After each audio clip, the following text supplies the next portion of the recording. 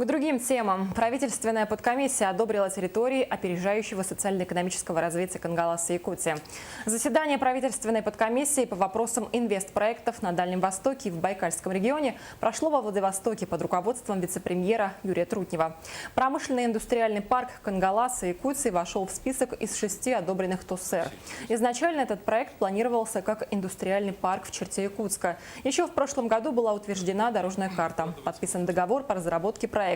Но в начале текущего года было решено представить проект в виде территории опережающего развития. В индустриальном парке планируется производить продукцию для нужд строительства и ЖКХ Якутии из местного сырья.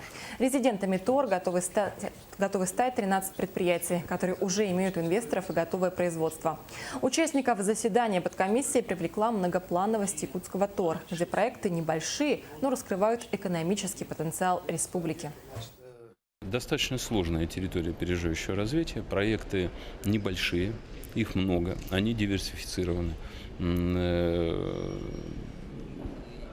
С одной стороны, конечно, всегда удобнее иметь дело с одним-двумя большими, понятными проектами, обеспеченными финансированием. С другой стороны, там, скажем, такое количество разных небольших предприятий, что если они будут реализованы, они точно принесут много пользы якутской земле.